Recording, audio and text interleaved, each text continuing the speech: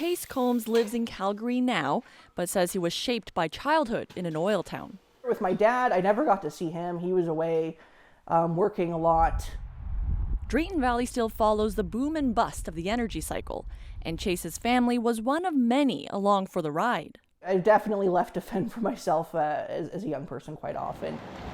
Researchers say those ups and downs can have long-lasting impacts. Something as big and ungainly as the world price of oil has this dramatic effect on who's at home at the dinner table for families, whether or not kids are in sporting activities, the stressors of those economic cycles. Michael Unger has interviewed hundreds of people to track the mental health effects on kids. Kids' sense of attachments and their who's looking after them, and sort of the rush of their lives.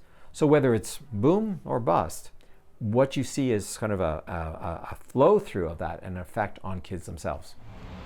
He says the research reveals the importance of routine and support systems. For young people who showed a sense of connections to their peer group or I am part of this community, they tended to be able to weather some of the stressors on their families much better. That mirrors research in an energy-reliant community in South Africa.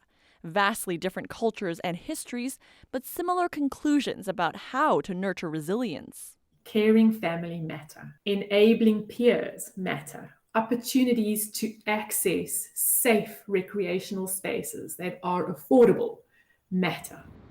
Takeaways communities can act on.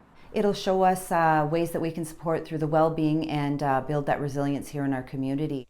Chase's view of his own childhood has changed. Living in an oil gas town did shape my life quite a bit in ways I probably wasn't aware of at the time. Now he's giving back, helping youth in that same community. Julia Wong, CBC News, Drayton Valley, Alberta.